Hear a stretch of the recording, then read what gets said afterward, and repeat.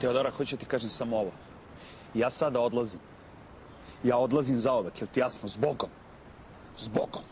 Nemoj da odlaziš. Nigde! Molim?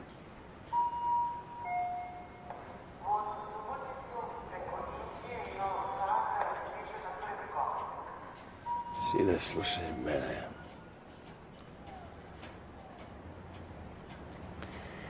Ja sam ti doktor za te ljubavne probleme.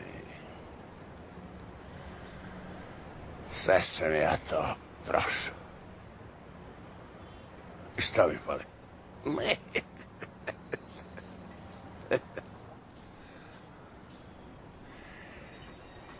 Prvo se dobro isplačeš.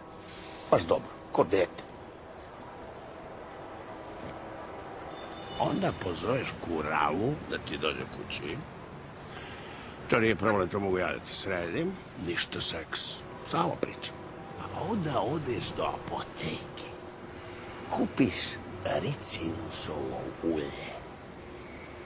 Dobro se isereš, ako dok ne izbaciš sve iz tela. Napuniš kadu, skineš se go, istrljaš se sapunom. I opet se dobro isplačeš. I onda krećeš sa deprozepamom. 2 tablete, 1 vinjak, 2 tablete, 1 vinjak na svaki 6 sati. Znači, piješ, pišaš, piješ, pišaš. A 4 nedelje. I puno tečnost, to je stvarno važno. I 5. nedelje počinje stvar da se lomi. Ili se obesiš, ili nastaviš dalje.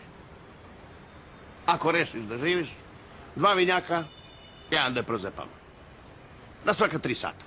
Na svaka. I posle 15 godina ti bude bolje. Imaš motor? Ne. A nabaviš motor, to ti vraća samopouzdanje, znaš to? To ti nekako vrati ponos, znaš ono, krašeš neku Yamahu od 1000 kubika. Jesi vidio nekada motorđi da cmizdre